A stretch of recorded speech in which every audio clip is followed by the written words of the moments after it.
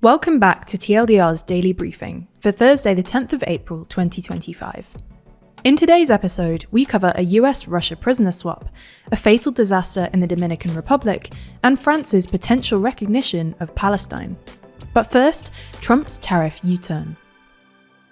Our main story today is that US President Donald Trump appears to have backed down on his aggressive tariffs, announcing a 90-day pause on tariffs for countries that have signaled a willingness to negotiate with the US, authorizing a, quote, lowered reciprocal tariff of 10% on all countries apart from China, against which Trump has actually hiked tariffs up to 125%.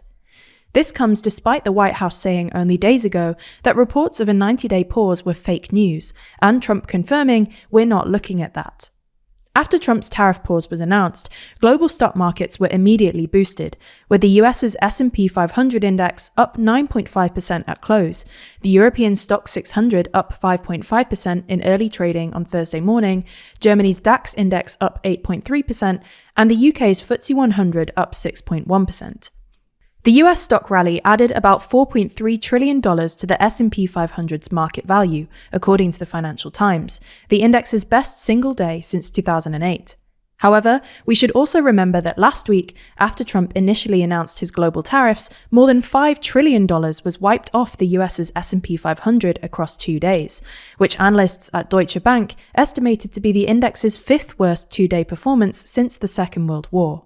Announcing the pause outside the White House on Wednesday, Trump said the amendments to his tariff policy, quote, had to be done because people were, quote, getting yippy. In a post on Truth Social, Trump claimed that more than 75 countries have been in touch with the US looking for a trade deal. Working on these negotiations will create an enormous amount of work for Trump's team in the next 3 months, with international trade deals usually taking multiple years to negotiate.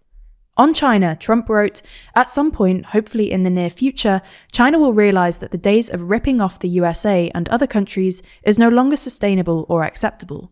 China and the US have locked horns in recent days, with each side escalating tariffs against the other.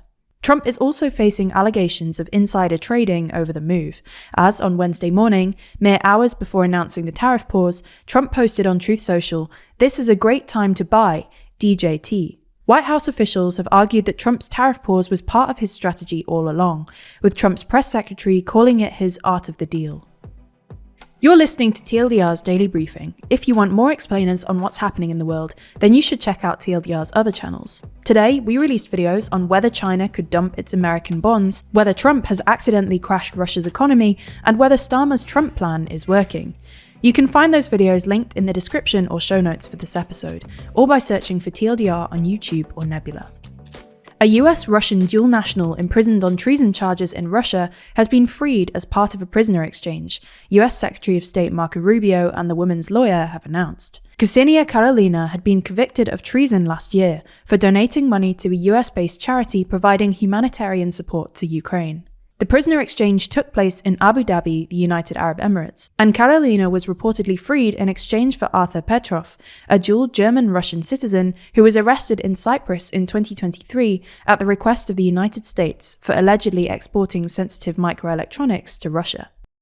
Rescue workers in the Dominican Republic have ended their search for survivors of a nightclub roof collapse that killed at least 218 people, one of the worst disasters to have hit the country. The incident occurred in the early hours of Tuesday during a performance at Jet Set Nightclub by famous merengue singer Ruby Perez, who was one of hundreds killed in the collapse, as well as 2 former Major League Baseball players and a provincial governor. The rescue effort involved more than 300 rescue workers, but the government announced on Wednesday evening that it would move to a recovery phase. It is unclear how many people remain unaccounted for or injured, although the Emergency Operations Director said that 145 people who'd been rescued on Tuesday were alive. French President Emmanuel Macron says France could recognize the state of Palestine in the coming months, potentially in June at a UN conference on the Israel-Palestine conflict. Macron said, "We must move toward recognition, and we will do so in the coming months. I'm not doing it for unity or to please this or that person.